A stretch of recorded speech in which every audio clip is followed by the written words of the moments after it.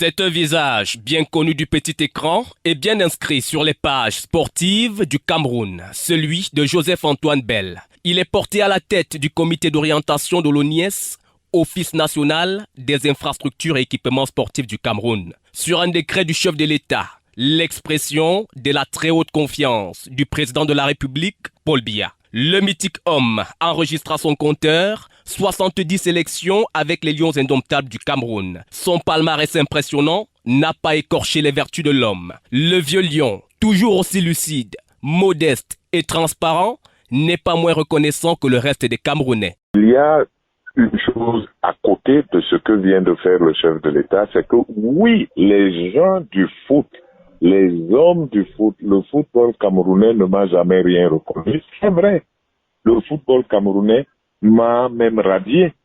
Mais la nomination du chef de l'État, elle est plutôt logique et découle d'un raisonnement constant, d'une attitude constante du chef de l'État.